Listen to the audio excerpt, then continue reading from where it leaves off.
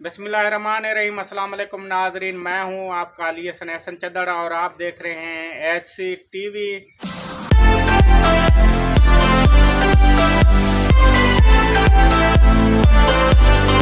Welcome back. हम बात कर रहे थे हज़रत इदरीस अलैहिस्सलाम से, अब बात होगी हज़रत नूह अलैहिस्सलाम तक। तो चलते हैं डॉक्टर साहब के पास। डॉक्टर साहब, हम सिलसिला तख्लीक इंसान का जो है वो चल रहा है। आप बात कर रहे थे हज़रत इदरीस अलैहिस्सलाम, अब हम बात करेंगे उसके जो बेटे हैं। तो बड़ा दिलचस्प आज का मौजू है। हमारे नाजरीन को पता चला कि हम हज़रत खिज़र अलैहिस्सलाम का ताल्लुक़ कहाँ से था, और जो हमारे अम्बिया जो ताहयात हैं, इस वक्त ज़िंदा हैं, वो वापस आएंगे क़यामत से पहले। तो वो सिलसिला भी आपने इनको बताया। अभी हम बात करेंगे जो तख्लीक इंसान है, तख्लीक इंसान हज़रत इदरीस अलैहिस्सलाम के बेटों से। जी डॉक्टर साहब। दिलचस्प सवाल है, लेकिन ये सिलसिला तो बहुत बड़ा है कि पूरी ज़िंदगियां हमारी ख़त्म हो जावें लेक्चर देते देते। जी क्योंकि जी हमने बहुत सारे जितनी भी किताबें हैं मैंने स्टडी की है, सबका मैं यानी परल सफ़ जिस तरह वेदास होता है, परल सफ़ कुरान शरीफ भी मैंने निकाले हैं कि जो जो चीज़ें उनकी होती हैं ना, मैं चुगता रहता हूँ।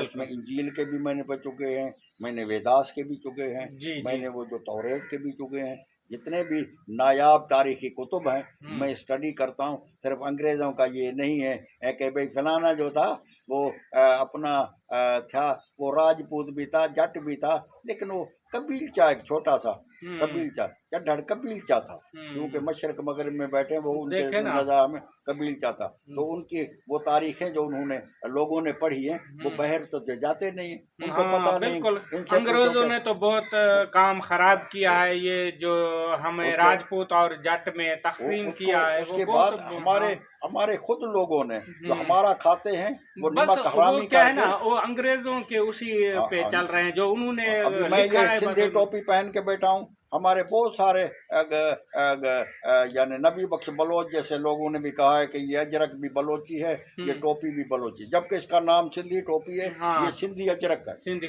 और इसके मैं आप ख़ास बात बताऊं कि आका करीम सल्लल्लाहु अलैहि वसल्लम के दौर में जब सिंध से गए अरबस्तान, वहाँ हजूर करीम सल्लल्लाहु अलैहि वसल्लम को उन्होंने टोपी भी दी, अजरक का तोहफा भी दिया। तो आका करीम सल्लल्लाहु अलैहि वसल्लम ने कहा कि ठहरो, मैं आपको एक तोहफा देता हूँ। तो उन्होंने हज़रत आका करीम सल्लल्लाहु अलैहि वसल्लम ने कैंची मंगवाई, तो उससे ये मेहराब बना दिया, जो हमारा ये सिंध का कल्चर बन गया है खूबसूरत। और दूसरा, मैंने ये भी किताबों में पढ़ा है कि जो ये अजरक है आका करीम सल्लल्लाहु अलैहि वसल्लम की पसंदीदा थी।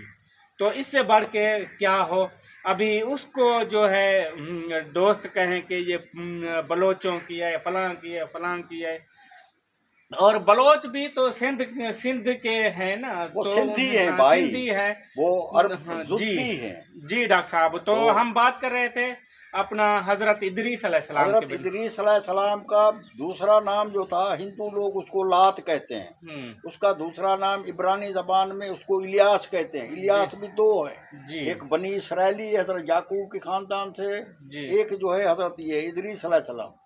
इलियास अलैहिस्सलाम वो जो ये बनी इसराइली, उसके ऊपर सहाफ़ नहीं उतरे, इसके ऊपर तो भाई सहाफ़ उतरे। उनके बहुत बड़े यानी सहाफ़ इदरीस आज भी मौजूद है मुख्तलिफ़ ज़बानों में।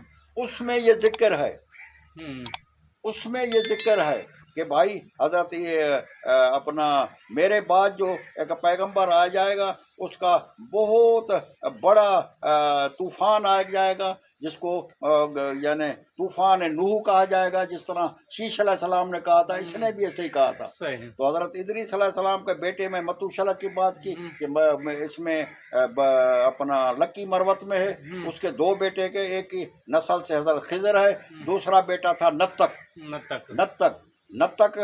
का बेटा जो था वो वान था जिसको लामक कहते हैं, यानी हिंदी में उसको ईश्वर कहते हैं, उसको हम सिंधी में लमक कहते हैं, उसको अरबी जबान में लामक कहते हैं। लामक का माना है बादशाह। उसी की नस्ल से बहुत बच्चे हुए, लेकिन एक बहुत बड़ा नामवर और शरई रसूल पैदा हुआ। उसका नाम हजरत नूह अलैहिस्सलाम था। हजरत नूह अलैहिस्सलाम। नूह अलैहिस्सलाम को क्या दो बीवियां थी।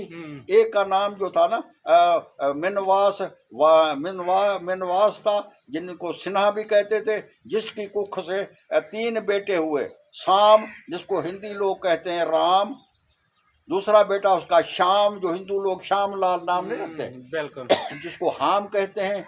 तीसरा बेटा उसका याफिस था।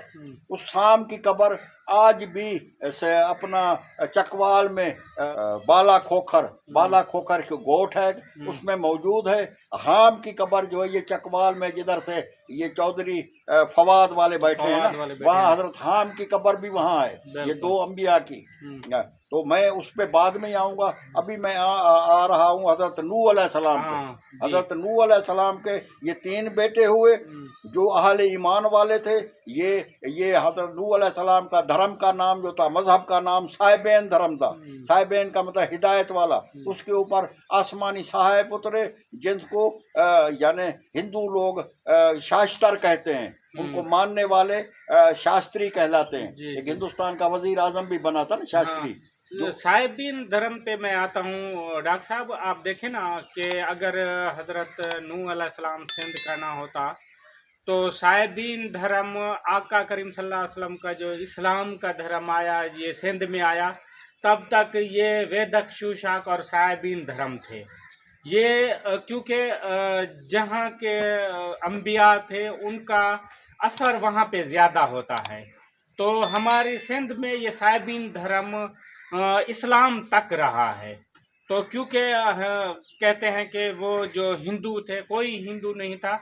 हमारे ये हिंद सिंध के तकरीबन जो लोग थे इसी वेदक शूशाक धर्म और साहिबीन धर्म के मानने वाले थे।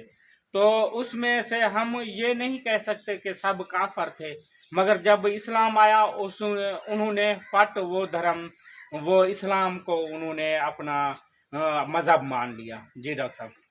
तो ये बात बिल्कुल आपकी दुरुस्त है, क्योंकि सोना जो होता है वो थोड़ा होता है, कीमती होता है बिल्कुल। इस वजह से हमेशा ये है कि अहल ईमान वाले सालिहीन लोग बहुत ही कम आते रहे हैं जी, बहुत ही कम आते रहे। कई अंबिया बेचारे जो थे, हजरत ज़िक्रिया अलैहिस्सलाम, उसका बेटा याहया अलैहिस्सलाम, वो भी शहीद हो गए। 4,000 अंबिया अलैहिस्सलाम जो थे ना अपने इसमें आए, बनी इसराइल में आए, तो वहीं काफ़ी अंबिया जो थे, कुरान में खुद जिक्र करता है कि तुम इतने जालिम हो के अंबिया को मार दिया, तुमने उनको बचाने वाले को मार दिया। तो इस तरह से 70 अंबिया एक दिन में उन्होंने कत्ल कर दिए थे, तो बनी इसराइल के। तो मैं इस पे आ रहा हूँ कि रसूल कभी भी नाकाम भी नहीं होता और रसूल कभी शहीद नहीं होता, चाहे कुछ भी हो जाए। शहीद कोई रसूल शहीद नहीं हुआ। जिनको हिंदू लोग जो है ना, वो उनकी तादाद जो है वो 4,000 के करीब है। कितने?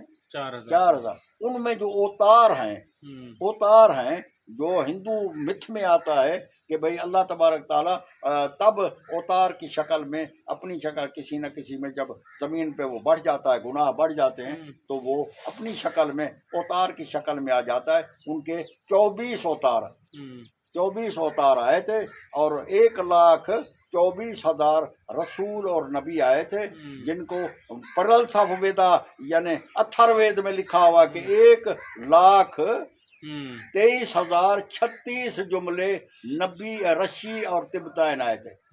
हमारे मुसलमान हम कहते हैं कि 1,24,000 के करीब, ये 1 लाख कम पेश हो, तो ये 1,23,036 जो थे उनके नाम भी उन्होंने लिखे। कमाल की बात है ना। वो परलथा वेदास में भी, अथर्ववेद में ये जिक्र है, उनके नामों का भी है। तो मैं अर्ज कर रहा था कि हजरत नूह अलैहिस्सलाम जो था, नूह अलैहिस्सलाम वो सिंध में, ये बाबुल शहर में था। वहां से हिजरत करके वो तंदूर शहर में चला गया। जिधर उसका तंदूर इंडिया में आज भी मौजूद है। तंदूर रेलवे स्टेशन है, तंदूर भी मौजूद है। ये वो तंदूर था जो हज़रत हवा को हज़रत जिब्राइल अलैहिस्सलाम ने वो तंदूर बना के दिया था, जिसमें अपने बच्चों को रोटी पका के देती थी।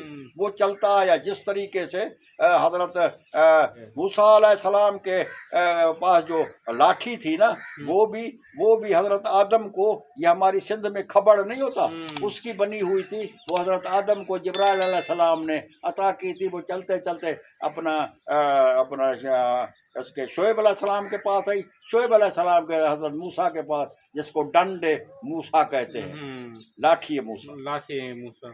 तो नाज़रीन, जो हमारा सिलसिला था हज़रत आदम अलैहिस्सलाम से लेकर हज़रत नूह अलैहिस्सलाम, हमारा यह सिलसिला मुकम्मल हुआ। तो इस सिलसिले पे अगर आपको कोई भी बात समझ नहीं आ रही तो हमें कमेंट करें, तो हम लेंगे इजाज़त। तो नाज़रीन, हम फिर वापस आते हैं और इस सिलसिले को हम थोड़ा जारी रखेंगे, आपको समझाएंगे। तो हमें दे इजाज़त। जाते जाते मेरे इस चैनल को सब्सक्राइब करें, लाइक करें, कमेंट करें, साथ में बेल आइकन का बटन आएगा, उसको दबाएं, जैसे मेरी हर वीडियो का नोटिफिकेशन आप तक पहुंचता रहे। तो हमें दे इजाज़त। अल्लाह हाफिज़।